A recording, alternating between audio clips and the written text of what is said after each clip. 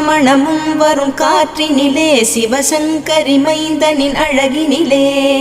பார்த்து மகிழ்ந்தேனே கண்களிலே அவன் பாதமும் பணிந்தேன் பக்தியிலே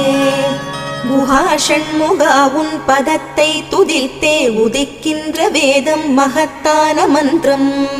அகம் ஒளிருகின்ற சுடர் உந்த நாமம் தரும் இன்பமெல்லாம் கடம்பா கந்தா